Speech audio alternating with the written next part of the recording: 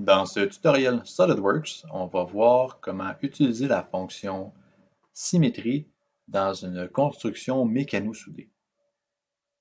Les constructions mécano-soudées sont en réalité des multicorps volumiques qui ont été générés à partir d'esquisses 2D ou 3D. Et ensuite, on va utiliser ces segments d'esquisse pour générer des tubes standards de profilés rectangulaires, carrés, ronds, des cornières ou peu importe le type de géométrie que vous avez créé dans la base de données.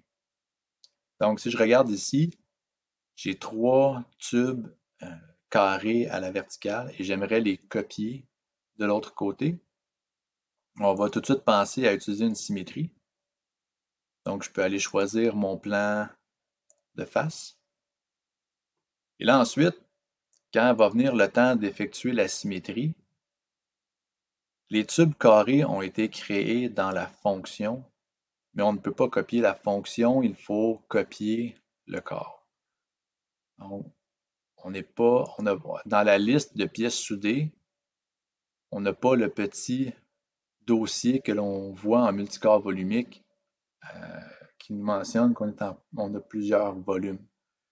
Mais ici, on est vraiment en multicorps volumique. À chaque fois qu'on crée un élément dans notre fonction mécano-soudée qui est juste ici, chaque segment va créer un tube et chacun de ces tubes est un élément propre, un corps en soi. Donc, si je regarde dans ma liste de pièces qui est ici, là, on voit que TS2 par 2 de 1 quart de pouce, j'ai 7 éléments. Ces 7 éléments-là sont là et ce sont 7 corps volumiques différents. Donc, quand je vais aller effectuer ma fonction de symétrie, je dois m'assurer d'aller sélectionner corps à symétriser et là, ensuite, je peux aller choisir les corps.